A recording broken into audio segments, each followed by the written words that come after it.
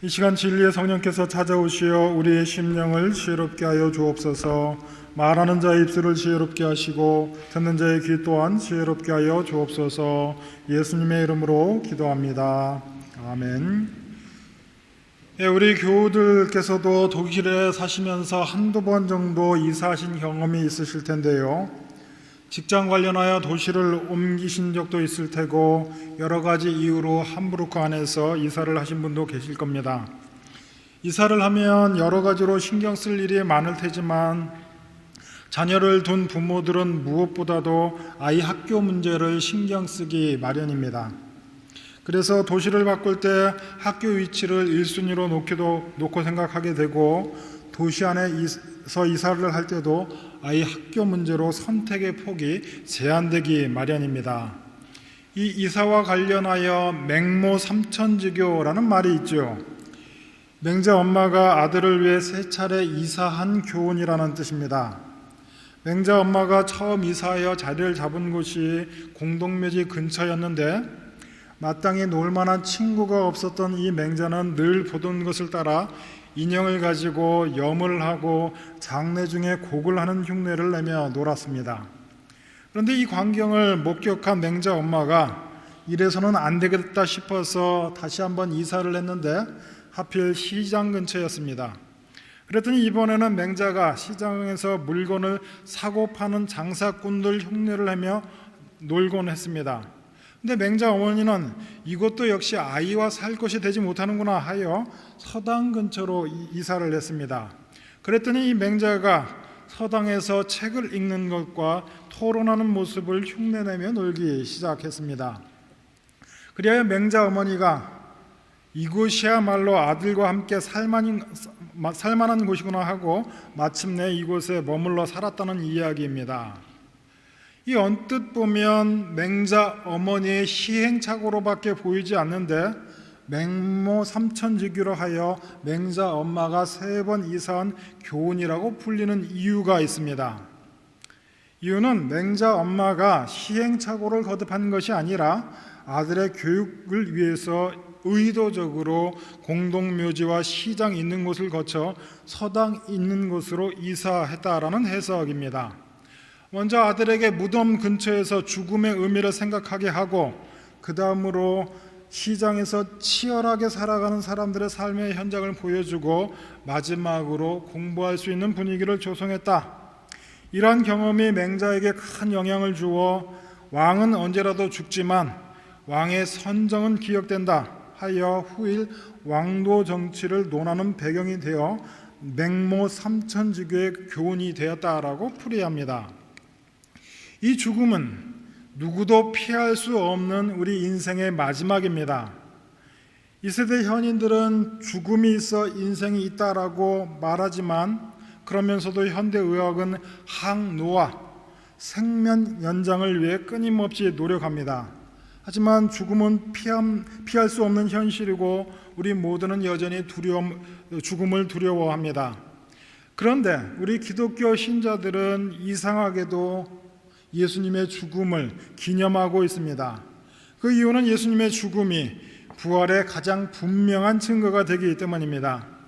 지금 사순절 3번째 주간을 지나고 있는데 오늘은 바울이 전하는 예수 그리스도께서 극복하신 죽음과 이를 통해 우리에게 허락하신 생명과 그 생명 안에 주어지는 신자의 자유에 관해 한번 생각해 보았으면 합니다. 바울은 첫사람 아담과 예수 그리스도를 비교하는데 12절 말씀입니다. 한 사람으로 말미암아 죄가 세상에 들어오고 죄로 말미암아 사망이 들어왔나니 이와 같이 모든 사람이 죄를 지었으므로 사망이 모든 사람에게 이르렀느니라. 바울은 첫사람이 죄를 지은 결과로 모든 인간이 사망에 매이게 되었다라고 선언합니다. 우리에게는 너무나 익숙한 이야기이지만 바울이 이 이야기를 처음 들었을 때 예수님은 알지 못하는 이방 사람들 뿐만 아니라 예수를 메시아로 믿었던 유대 기독교인에게도 너무나도 어색한 이야기였습니다. 왜 그러냐 하면 초기 기독교 역사에서 사도들이 복음을 전하는 방식은 보통 이러했습니다. 하나님께서 아브라함을 부르셨다는 이야기를 시작으로 해서 출애굽 역사를 이야기하고 구약의 선지자들의 예언을 상기시키며 구약에서 오시리라고 약속되었던 메시아가 바로 예수님이시다. 그 메시아 예수를 너희가 십자가에 못 박았으나 예수님은 약속을 따라 3일 만에 부활하시어 우리의 구원자가 되셨다라는 사실을 설명함으로 복음을 전파했습니다. 하지만 바울 사도는 이방인 전도를 위해 부름받은 사람이었고 오늘 우리가 본문으로 택한 이 로마서는 로마 교회 신자들에게 보낸 편지였습니다. 그래서 바울은 구약 성경에 익숙하지 않거나 구약을 전혀 모르는 사람에게 복음을 소개해야 했기에 아브라함과 출애굽 이야기를 전하는 대신 바울은 아무도 피할 수 없는 한 가지 사실을 지금 이야기하고 있습니다. 모든 사람은 죽는다. 모든 사람이 죽는데 그 이유가 단 한 사람의 죄 때문이라고 이야기합니다. 바울은 로마 교회에 복음을 전하면서 왜 인간이 죄를 범하게 되었는지를 이야기하지 않습니다. 선악을 알게 하는 나무 이야기도 뱀의 유혹, 하와의 반응, 서로 책임을 회피하는 하와와 아담과의 대화, 하나님이 첫사람을 동산에서 추방하신 일들에 대해서 전혀 언급하지 않습니다. 다만 한 가지, 유대인이나 이방인이나 부자나 가난한 자나 잘난 자나 못난 자나 많이 배운 자나 못 배운 자나 누구도 부인할 수 없는 인간의 운명, 이 죽음을 이야기합니다. 바울은 이 죽음이 죄를 지은 단 한 사람 아담으로 인해 역사 속으로 들어왔다라고 이야기합니다. 인간은 하나님의 형상이지만 죄가 들어와서 영원히 살 수 없는 존재가 되었습니다. 죄로 인해서 하나님과 분리되었습니다. 생명의 근원이신 하나님과의 분리는 죽음이다. 그런데 너무 억울하지요. 내가 먹어보지도 못한 열매 때문에 죄의 후손이 되었고 결국 사망에 떨어졌다는 사실, 쉽게 받아들이기 쉽지 않습니다. 그러나 12절 말씀을 다시 자세히 보면 한 사람으로 인해 죄가 들어왔고 그리고 모든 사람이 죄를 지었으므로 사망에서 자유로운 사람이 아무도 없다고 확인해 줍니다. 첫사람에게 죄를 짓는 본성을 물려받은 것은 틀림없는 사실이다. 그러나 모든 사람은 스스로 죄를 짓는 까닭에 죽음에서 자유롭지 못한 존재가 됩니다. 아담이 죄성을 물려준 탓이 전부가 아니라 자기 죄로 죽게 된다. 죄란 생명의 근원이신 하나님과 단절된 증거이기 때문이다. 그러니 아담은 최초로 죄를 범한 한 개인인 동시에 현재를 살고 있는 모든 인류를 의미하기도 합니다. 아담이 하나님을 배반해 죄를 생산했고 우리는 그의 모습을 따라 죄를 짓고 있습니다. 우리는 스스로가 얼마나 이기적인지 잘 알 것입니다. 문명은 크게 발전했지만 우리 인간은 여전히 폭력적입니다. 겉으로는 그럴듯하고 평온해 보이지만 자본주의 사회의 숨은 폭력도 만만치 않습니다. 그런데 지금 바울은 로마교회 신자들 그리고 오늘을 사는 우리를 겁주려고 인간의 죽을 운명을 이야기하고 있는 것이 아닙니다. 로마서 5장 1절 말씀입니다. 그러므로 우리가 믿음으로 의롭다 하심을 받았으니 우리 주 예수 그리스도로 말미암아 하나님과 화평을 누리자. 우리가 믿는 하나님은 인간을 구원하시고 화평을 이루길 원하시는 하나님이신 줄로 믿습니다. 그리스 로마 신개념에서 자유롭지 못한 로마 교회 신자들에게 바울은 분명히 이야기합니다. 천지의 창조주가 되시는 우리의 하나님은 너희와 화목하기를 원하신다. 그런데 오늘을 사는 우리들도 오해하지요. 내가 하나님 앞에서 열심히 살고 봉사하고 헌금도 하고 충성하면 하나님이 상 주시지만 내가 게으르고 하나님을 등지면 벌 주시는 하나님이다. 이렇게 오해하곤 합니다. 그런데 바울은 분명히 하나님은 우리와 화평하길 원하신다. 예수 그리스도로 말미암아 우리와 화평하고 우리에게 복 주시길 원하신다고 분명히 말하고 있습니다. 우리가 믿는 하나님은 당신의 아들을 이 땅에 보내신 분이다. 그 아들이 순종하여 우리의 살 길을 열어놓으셨다. 왜 그렇게 하셨답니까? 죄가 가지고 온 죽음은 우리 인간의 노력으로 해결할 수 있는 힘이 아니기 때문입니다. 아무리 많은 노력을 해도, 아무리 많이 연구를 해도 늙는 것을 조금 늦추고 인간의 생명을 조금 연장할 수 있을런지 몰라도 인간이 죽는 이 현실, 바로 죄 때문이라고 말하고 있는 것입니다. 죽음이 무섭고 더욱 폭력적인 까닭은 순서가 없고 때를 예측할 수 없기 때문입니다. 그런데 오늘날 교회는 죄나 죽음 이런 이야기 하기를 불편해합니다. 하지만 부활의 가장 명백한 증거가 예수님 십자가의 죽음이고 그의 죽음이 바로 나의 죄 때문인 까닭에 우리는 이 죄의 문제를 분명히 해야 합니다. 죄는 단순히 개인의 위법한 행위가 아니라 하나님이 정하신 바를 넘어서서 하나님을 배반하는 것을 의미하기 때문입니다. 그런데 방금 말씀드린 대로 하나님의 뜻이 무엇인지 고민해야 할 일이 많은 요즘, 세상과 교회에서는 죄라는 말이 사라져버렸습니다. 죄라는 개념은 우리의 사고방식에 다시 포함시켜야 할 뿐만 아니라 그 실체를 인정해야 합니다. 교회가 죄를 사소한 것으로 생각하는 순간 교회는 제대로 된 역할을 감당할 수 없게 됩니다.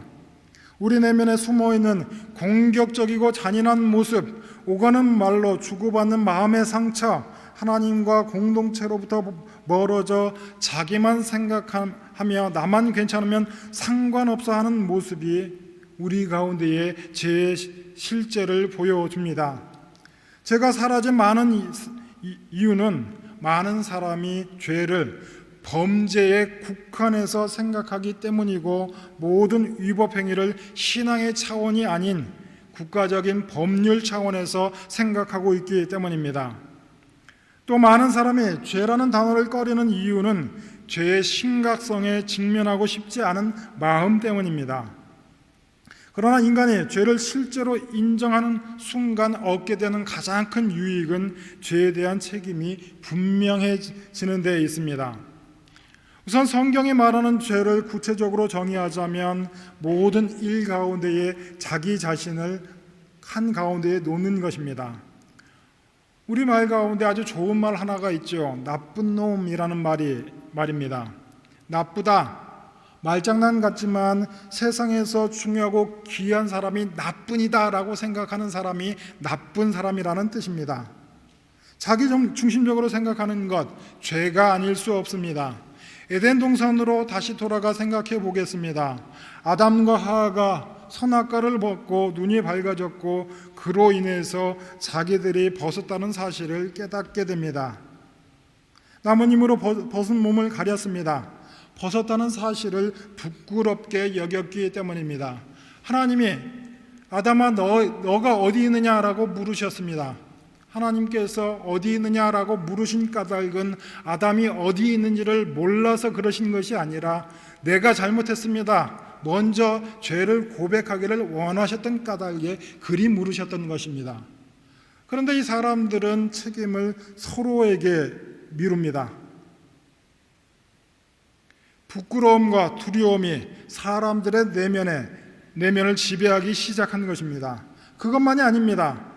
먹지 말라 한 나무를 왜 먹었냐고 하니 아담은 자기 중심적으로 생각하며 핑계를 댑니다. 하나님이 주신 여자가 주어서 먹었으니 결국 하나님 책임이라는 겁니다. 하나님은 여자에게 왜 이런 일을 했냐고 묻습니다. 그러나 여자는 뱀에게 책임을 미룹니다. 하지만 하나님은 뱀에게는 책임을 묻지 않으셨습니다. 죄의 근원을 다른 데로 돌리지 않고 오직 이 죄의 근원은 하나님의 형상으로 지어진 사람에게만 있다는 뜻입니다. 하나님의 말씀이 아니라 자기 생각과 판단을 중심에 놓는 순간 죄가 시작된다라는 말입니다. 우리가 현실에서 접하는 많은 부조리는 개인의 이익에만 중심을 놓는 데서 시작됩니다. 모든 일을 죄가 되는지 안 되는지 생각하지 않고 범죄 사유가 되는지 안 되는지, 한 발짝 더 나아가 내가 이 일을 했을 때 들통날지 말지로만 생각하기 때문입니다. 더 나아가 범죄 사실이 드러났는데도 권세 있는 사람들은 자기 이익을 위해 소음하는 사람들에게 경제적 손실을 끼치고도 안하무인하는 경우가 다반사입니다. 현대사의 각 분야에서 일어나는 부조리 중 법률적으로 위법이 되는 것은 거의 없습니다. 모든 일들이 합법적인 테두리 안에서 진행되지만 그 안에 부조리한 일들이 너무나 많기에 우리가 사는 세상을 죄악된 세상이라고 이야기하게 됩니다. 물질만을 추구하고 부하게 되기만을 추구하는 현실을 대변하는 말씀이 있습니다. 로마서 8장 7절입니다. 육신의 생각은 하나님과 원수가 되나니 이는 하나님의 법에 굴복하지 않을 뿐만 아니라 할 수도 없음이라. 따라서 죄는 단순히 겉으로 드러나는 그릇된 행위만을 가리키는 것이 아니라 인간을 지배하는 어떤 힘이라는 말이 됩니다. 오늘 본문 14절 말씀입니다. 아담으로부터 모세까지 아담의 범죄와 같은 죄를 짓지 아니한 자들까지도 사망이 왕노릇하였나니, 모세 율법 이전에도 모든 사람이 죽었다라고 하는 것은 율법이 가르치는 죄와 의의 차원을 훨씬 뛰어넘는 죽음의 힘이 인간을 지배하고 있다라는 뜻입니다. 이것은 예수 이전의 인류가 처한 영적 현실이었습니다. 여기서 핵심은 사망이 우리를 억압한다라는 사실입니다. 물론 우리는 이렇게 이야기하고 항변할 수 있습니다. 사람이 죽는 것은 어쩔 수 없는 일인데 이것을 죄와 연결시키는 것은 지나친 말이 아닌가? 일리 있는 주장입니다. 우리는 모두는 태어나서 늙고 병들고 언젠가는 죽기 마련입니다. 생물학적으로는 당연하지만 성경은 그렇게 이야기하지 않습니다. 성경의 출발점은 전혀 다릅니다. 세상을 하나님의 창조물로 선포합니다. 하나님이 이루신 창조는 아름다운 것인데 인간의 죄로 인해 죽음이 창조 세계에 들어왔다. 늙어서 죽는 것은 당연한 것이 아니라 죄로 인한 왜곡이다. 이 왜곡은 율법이나 실정법이나 인간의 윤리 도덕으로 바로 잡히지가 않습니다. 근본적으로 생명의 창조주이신 하나님과의 분열이 극복되지 않기 때문입니다. 그런데 바울은 이 절망스러운 인간의 상황 앞에서 한 가지 새로운 사건을 소개합니다. 15절 말씀입니다. 그러나 이 은사는 그 범죄와 같지 아니하니 곧 한 사람의 범죄를 인하여 많은 사람이 죽었은즉 더욱 하나님의 은혜와 또한 한 사람 예수 그리스도의 은혜로 말미암은 선물이 많은 사람에게 넘쳤느니라. 죽음을 불러온 죄와 전혀 상관없는 선물을 보라고 말합니다. 이것은 값없이 주어진 은사이며 은혜로서 예수 그리스도를 통한 선물입니다. 이 선물은 범죄한 아담에게서 기인한 것과 전혀 다른 것입니다. 바울은 이 사실에 대해 이어지는 16절에서 이렇게 이야기합니다. 이 선물은 범죄한 한 사람으로 말미암은 것과 같지 아니하니 심판은 한 사람으로 말미암아 정죄에 이르렀으나 은사는 많은 범죄로 말미암아 의롭다 하심의 이름이니라. 바로 여기서 아담과 예수 그리스도가 대비가 됩니다.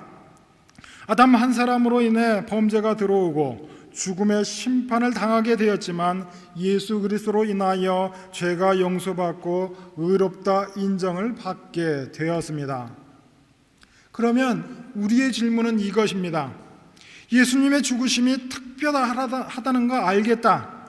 그런데 한 사람의 죽음이 이토록 많은 사람에게 어떻게 영향을 줄 수 있을까? 같은 나라 사람도 아니고 같은 시대를 살았던 분도 아닌데 한 사람 예수님의 죽음이 수많은 사람들에게 시간과 장소를 초월하여 그것도 지속적으로 어떻게 영향을 줄 수 있다는 말인가? 그것도 단순히 좋은 영향을 주는 것이 아니라, 단순히 감동이나 삶의 도전이나 교훈을 주는 것이 아니라, 어떻게 예수님의 그 죽으심이 사람들의 영원한 운명을 바꾸어 놓을 수 있었을까요? 예수님의 죽으심으로 인해 어떻게 나의 현재와 미래, 나의 존재가 죽음에서 생명으로 옮겨진다는 말입니까? 2000년 전 로마의 지배를 받고 있었던 이스라엘이라는 아주 작은 나라, 그 안에서도 촌동네에 나사렛에서 사셨던 예수님의 죽음이 어떻게 세상의 악을 이기는 사건이 되고 어떻게 모든 인류의 운명을 바꿀 수 있는 일이 될 수 있느냐, 도무지 이해할 수가 없지요. 그래서 지금 바울은 거꾸로 묻고 있습니다. 너희 중에 죄 짓는 일로부터 자유로운 사람이 단 한 사람이라도 있느냐? 모두가 죄를 짓지 않느냐? 죄를 짓는 법을 배워서 죄를 짓는 사람이 있느냐? 나면서부터 배우지 않아도 죄 짓는 법을 알더라. 2살, 3살 먹은 아이들이 다른 아이의 장난감과 먹을 것을 힘으로 빼앗는 모습을 보아라. 그것이 배워서 된 일이 아니라 나면서 물려받은 죄성이 아니겠느냐. 그런데 이 죄 짓는 일이 한 사람 아담에게서 시작되었고, 마찬가지로 예수께서는 그 인간의 죄를 십자가에서 뒤집어 새로운 길을 열어놓으셨다. 바울의 설명이 이어지는데 17절 말씀입니다. 한 사람의 범죄로 말미암아 사망이 그 한 사람을 통하여 왕노릇하였은즉 더욱 은혜와 의의 선물을 넘치게 받은 자들은 한 번 예수 그리스도를 통하여 생명 안에서 왕노릇하리로다. 아담으로 인하여 사망이 왕노릇하게 되었지만 이제 예수 그리스도를 통하여 생명이 왕노릇하게 되었다라고 합니다. 죽음의 권세, 즉 사망이 인간을 억압한다라는 점은 이해할 수 있습니다. 모두가 죽는다는 점이 분명하고 세상의 부조리를 보며 인간의 처지를 실감할 수 있기 때문입니다. 그러나 아직도 우리는 생명 안에서 왕노릇한다, 생명과 자유라는 말이 실감나지 않습니다. 예수를 믿는 우리 역시 여전히 병들고 죽어야 할 운명에 처해 있기 때문입니다. 그뿐만 아니라 예수를 믿었노라 고백해도 우리가 여전히 죄에서 자유롭지 못한 까닭입니다. 그래서 생명이 주는 자유를 누린다라는 말은 모순처럼 들립니다. 그래서 우리는 이러한 모순에서 벗어나기 위해 종교적 열광주의에 떨어지기도 하고 다른 한편으로는 율법주의에 빠지곤 합니다. 우리 한국교회 신앙이 얼마나 열광적인지 다 아실 겁니다. 찬양은 뜨겁고 기도는 불붙는 듯 하지만 그러면서도 신앙이 얼마나 율법적인지 다 아실 겁니다. 교회에 나가면 지켜야 할 일이 하나 두 개가 아니고 하지 못할 것이 하나 두 개가 아닙니다. 때로는 무엇이든지 기쁨으로 자원해서 하지만 때로는 신자로 살아가는 것이 부담스럽기 그지없을 때도 있습니다. 도대체 예수 그리스도를 통하여 생명이 왕노릇하는 것, 자유를 누린다는 것은 무엇을 뜻합니까? 우리가 바라는 구원의 완성은 주님께서 다시 오실 때에 온전하게 이루어질 것입니다. 이미 우린 구원은 받았지만 우리 각자의 구원이 완성되지 못한 까닭에 긴장이 있습니다. 그래서 때로는 쓰러지고 넘어지고 죄를 짓지만 우리의 결국 주님께서 우리의 신앙의 승리를 보장하신다는 말입니다. 하나님의 구원에는 실패가 없는 줄로 믿습니다. 인류에게 죽음을 야기한 한 사람 아담이 있고 그의 반역을 뒤집어 인류에게 생명을 선물한 한 사람 예수님이 계십니다.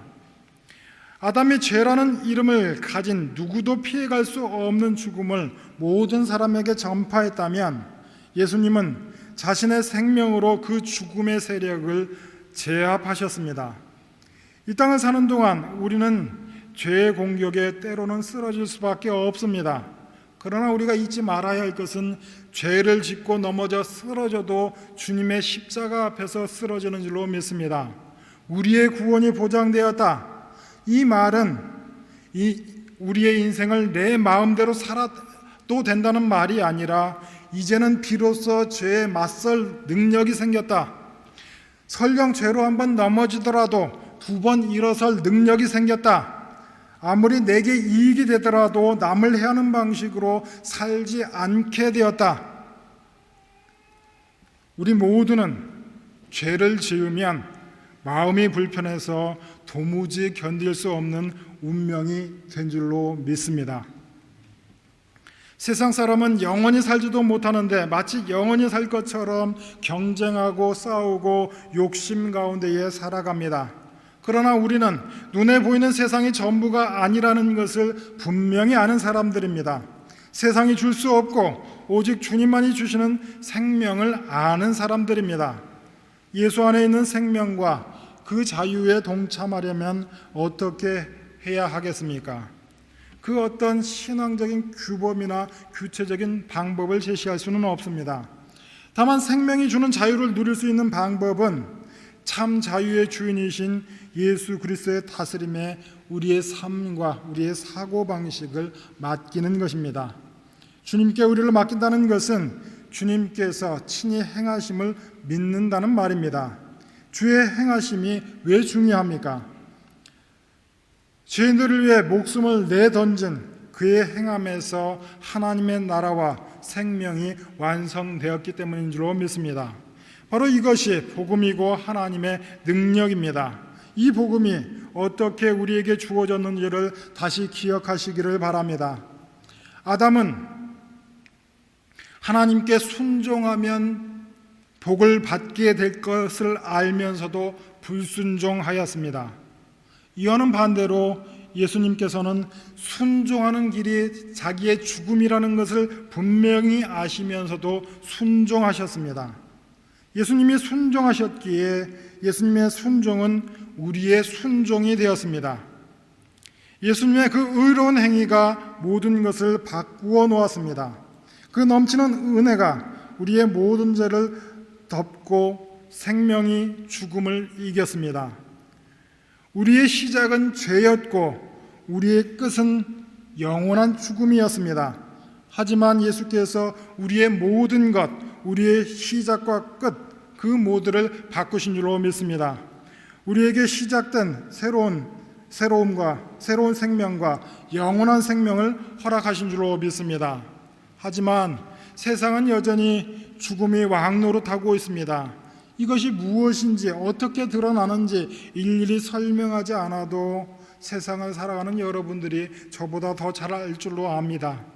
자본이 왕처럼 군림합니다. 성공이 최고의 가치가 되었습니다. 사람이 사람을 돈벌이 수단으로 다루고 있고 하나님이 만드신 이 창조 세계를 파괴하기를 서슴지 않고 있습니다.